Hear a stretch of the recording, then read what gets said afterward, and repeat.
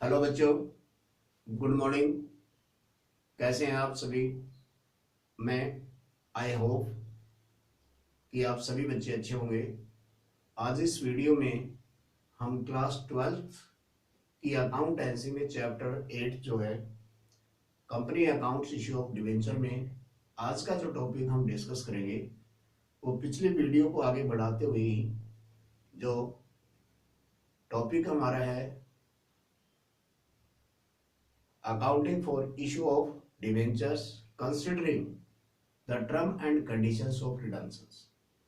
यहाँ पे जो accounting for issue of debentures तो करेंगे, लेकिन जो टर्म एंड कंडीशंस हैं जो इशू ऑफ डिवेंचर्स के टाइम की, उनको भी सम्मिलित करते हुए यहाँ पर हम 3 जो टॉपिक है वो हमने पिछली जो वीडियो है उसमें डिस्कस किए हैं। आज पॉइंट नंबर 4 के ऊपर हम चलते हैं। बहुत ही वीडियो इम्पोर्टेंट वीडियो है। इस वीडियो को ध्यान से देखना ताकि इसको का बेनिफिट आपको एग्जाम में मिले और इससे क्या है कि आपको बहुत कुछ सीखने को मिलेगा। तो चलिए हम 4th पॉइंट के ऊपर चलते हैं कि यदि कंपनी जो डिवेंचर्स है वो इशू करती है एट पार के ऊपर और रिडीमेबल होता है एट प्रीमियम, तो उस पोजीशंस में हमें जो एंट्री है वो क्या बनाने की जरूरत पड़ेगी, इसके ऊपर चर्चा करते हैं। और इसके लिए हम एग्जांपल लेते हैं कि मान लेते हैं कि जो डिवेंचर्स है उसकी वैल्यू कितनी है 100 रुपीज और इशू कर रही है एट पार के ऊपर 100 रुपीज के अंदर, लेकिन रिडम्पशंस के टाइम रिडमेबल है 105 रुपए के ऊपर। इट मीन्स प्रीमियम के ऊपर रिडम करती है। तो उस पोजीशंस में सबसे पहले जो एंट्री बनेगी, क्योंकि कंपनी के पास केवल 100 रुपीज आते हैं, तो बैंक अकाउंट को हम डेबिट करेंगे और डिवेंचर एप्लीकेशंस को क्या कर देंगे, क्रेडिट कर देंगे। इसके साथ साथ जब हमने उसको कैपिटलाइज करना है तो फिर हम क्या करेंगे, जो एप्लीकेशन आ गई उन्हें कैपिटलाइज करने की जरूरत है, तो डिवेंचर्स एप्लीकेशंस को हम डेबिट कर देंगे। लेकिन जो प्रीमियम के ऊपर रिडम्पशंस के टाइम कंपनी को भुगतान करना है उसको इशू करते समय ही उसकी एंट्री डालेगी, क्योंकि प्रीमियम के ऊपर देगी, भुगतान करेगी, तो इट मींस उसे लॉस होगा। तो इस लॉस को हम दिखाएंगे loss on issue of debentures के अंदर 5 रुपीज, और यहाँ पर डिवेंचर अकाउंट को हम डेबिट क्रेडिट कर देंगे 100 रुपए से, और premium on redemptions of debenture account को क्रेडिट करेंगे 5 रुपीज से। अब इसका जब रिडेम्पशंस के टाइम जब कंपनी को उसका डिवेंचर्स का भुगतान करना है तो डिवेंचर्स अकाउंट को उसे डेबिट करना पड़ेगा और premium on redemptions of debenture account को डेबिट करेगी, और इसके साथ साथ डिवेंचर होल्डर को क्रेडिट करेगी। तो यहाँ पर डिवेंचर होल्डर को 105 रुपए से क्या कर देगी, क्रेडिट करेगी। और जब डिवेंचर होल्डर का भुगतान करेगी तो सिंपल है कि डिवेंचर होल्डर को डेबिट करेंगे 105 रुपए से और बैंक अकाउंट को क्रेडिट कर देगी 105 रुपए से। तो इस प्रकार कंपनी क्या है कि रिडम्पशंस के टाइम उसकी एंट्री कर देगी।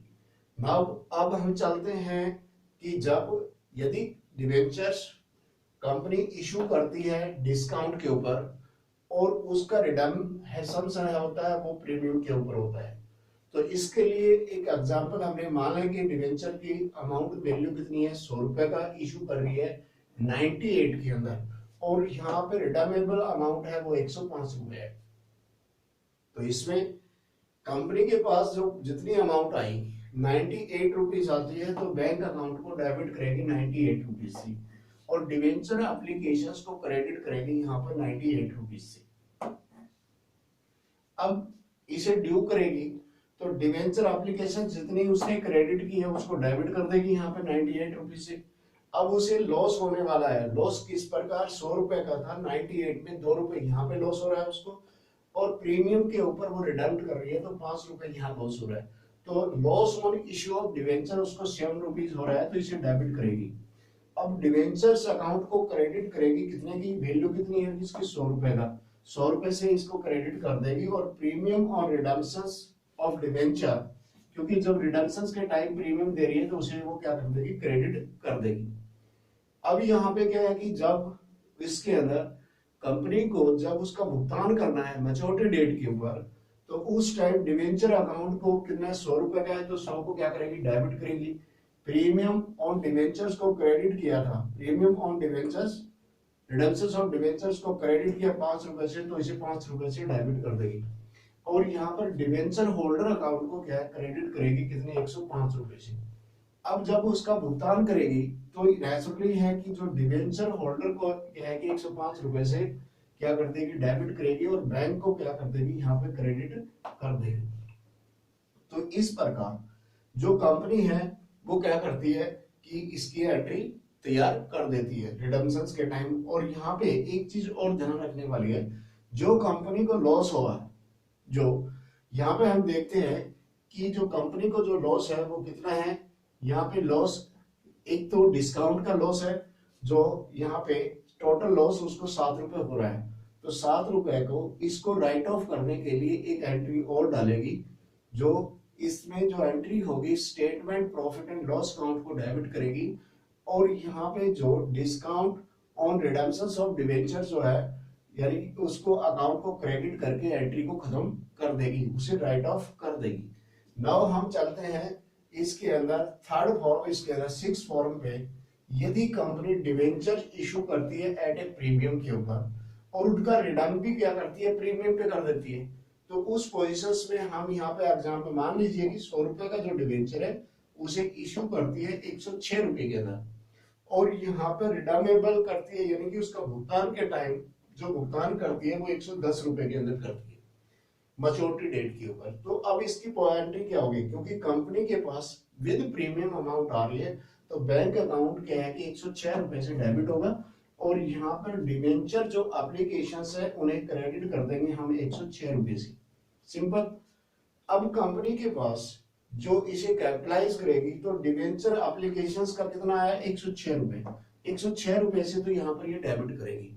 अब उसको जो लॉस हो रहा है, इसमें जो लॉस हुआ वो लॉस कितना हो रहा है, क्योंकि उसे रिडम्पशंस के ऊपर टाइम वो 110 रुपए में भुगतान कर रही है, तो 10 रुपए का यहाँ पर उसको लॉस हो रहा है, तो लॉस को हम क्या डेबिट करेंगे, loss on issue of debenture के नाम से।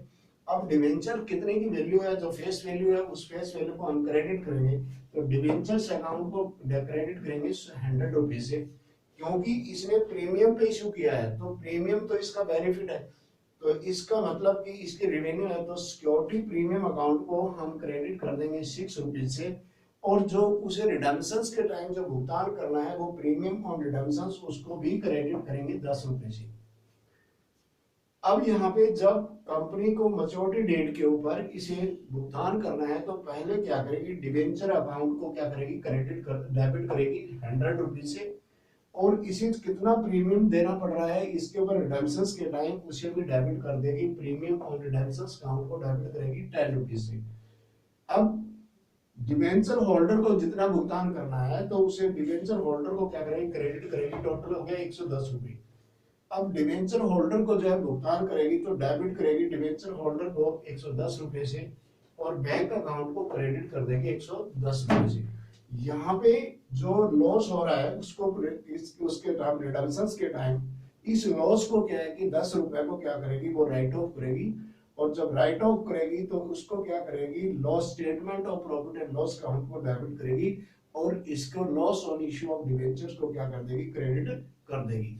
तो मेरे को उम्मीद है कि इस वीडियो से आपको इसकी जानकारी प्राप्त हुई कि जब इश्यू ऑफ डिवेंचर होते हैं और उसके अंदर considerations for the redemption term and conditions को कंसिडर किया जाता है, तो उसमें किस तरह से हम वीडियो इसके जो है जर्नल एंट्री तैयार करते हैं। यदि वीडियो आपको पसंद आती है तो इसे लाइक और सब्सक्राइब करें। Thanks, have a nice day.